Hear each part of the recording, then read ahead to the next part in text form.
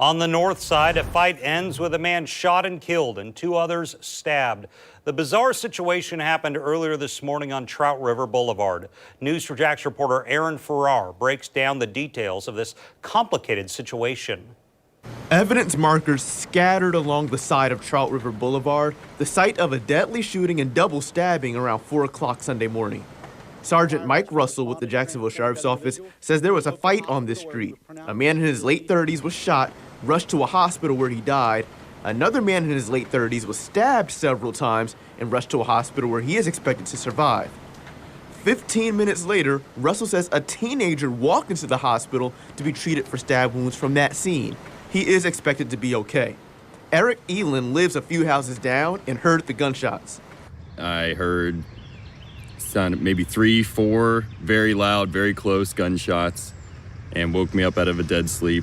Meanwhile, Connie Miller, who did not want to show her face on camera, rushed to this area because her sister lives on this street. And they're working to find out if the 3 people who were involved in the shooting and the stabbings were at that party. Miller says she watched a live report of the situation and was concerned of her family's safety. It was just fear, just total fear.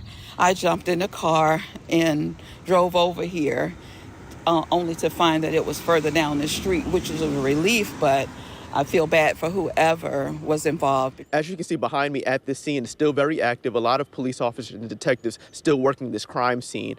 One thing that also happened around the same time that the shooting and the double stabbings happened was there was a house party going on right up the street as well. Investigators are working to talk with some of the people who were at that party to see if the 3 people involved in this situation were there. If not, they're working to see if anybody at that party saw what happened and can help out with this investigation. No one has been arrested at the time of this report. Russell says this is a complex case and there's a lot to sort through. We don't believe that the individual that did the shooting was the same individual that did the stabbing, but we're not sure if any of the people that we have as victims were involved in this incident. For those familiar with this area, This has been just a very close-knit and a very quiet area, and I hope that we can return to that in hoping that this is an isolated incident. I'd like to say I'm surprised. I'm really not surprised, just because crime seems to be getting worse, shootings seem to be getting more common. police are asking people to call JSO or Crime Stoppers with any information they have that can help investigators solve this case. Reporting, I'm Aaron Farrar, Channel 4, the local station.